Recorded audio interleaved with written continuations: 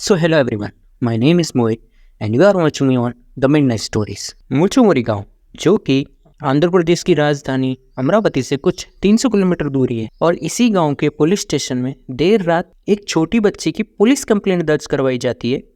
जिसकी उम्र लगभग 8 साल थी और ये एक माइनर केस था। तो पुलिस पे कंप्लेंट लिख के अपनी इन्वेस्टिगेशन स्टार्ट कर देती है। कंप्लेंट के अनुसार बच्ची शाम को गांव के पार्क में खेलने जाती है और देर रात होने के बावजूद भी वो घर नहीं लौटती है, जिसके चलते जब उसके घर वाले उसे पार्क में ढूंढने जाते हैं तो उन्हें बच्ची वहां नहीं मिलती है और परेशानी में आके वह पार्क के आसपास के घरों में भी पूछते हैं, लेकिन उन्होंने भी बच्ची को कहीं नहीं देखा होता है, जिसके चलते वो पुलिस के पास जाते हैं। पुलिस पूरे गाँव में बच्ची की पूछताछ करती है लेकिन उन्हें सिर्फ निराशा मिलती है। पुलिस को इन्वेस्टिगेशन करते हुए 2 दिन हो जाते हैं, जिसके चलते पुलिस अब स्निफर डॉग की मदद लेती है। स्निफर डॉग बच्ची का पुराना कपड़ा सूंघने के बाद गांव के एक घर के आगे जाके रुक जाता है और पुलिस जब उस घर के अंदर जाके पूछताछ करती है तब उन्हें वहां एक 12 साल का बच्चा दिखता है जो कि पुलिस को देख के बहुत घबरा जाता है और ये चीज पुलिस नोटिस कर लेती है। जब पुलिस उस छोटे बच्चे से पूछताछ कर रही होती है तब वो पहले तो कुछ नहीं कहता, लेकिन आखिर में जाके वो सच बोल ही देता है। एक ऐसा सच जिसे सुन के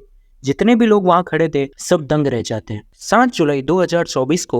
शाम के करीबन 5 बजे जब बच्ची पार्क में खेल रही थी तो ये लड़का और इसके 2 दोस्त जिनकी उम्र करीबन 12-13 साल रही हो, यह तीनों उस बच्ची को देखते हैं और उसे खेलने के बहाने अपने पास बुलाते हैं। अब बच्ची इन तीनों को जानती थी क्योंकि ये तीनों उसी की स्कूल में पढ़ते थे, जिसके चलते बच्ची इन तीनों के पास चली जाती है और वो तीनों बच्ची को खेलने के बहाने से गाँव की एक पुरानी फैक्ट्री में ले जाते हैं और वहाँ बारी बारी से बच्ची का रेप करते हैं। वो चिल्ला ना सके इसलिए उसका मुंह बांध देते हैं और इस घिनौने क्राइम को अंजाम देने के बाद इस डर से कि बच्ची किसी को कुछ बता ना दे, वो तीनों मिलकर उस 8 साल की बच्ची को मार देते हैं और फिर बच्ची की लाश को पास ही में गांव की नहर में फेंक देते हैं और किसी को इन तीनों पर शक ना हो इसलिए अगले दिन से ही अपना नॉर्मल रूटीन फॉलो करते हैं। सो यार दिस इज रियली शॉकिंग। इन तीनों ने मिलकर इतने बड़े क्राइम को अंजाम दे दिया जिसके बारे में इन्हें सही से पता भी नहीं होगा और अब तक ऐसे कई केसेस आए जिसमें विक्टिम माइनर है और आगे इस केस में जो भी अपडेट आएगी वो मैं आप लोगों को बता दूं। तब तक के लिए please subscribe and support and thank you for watching.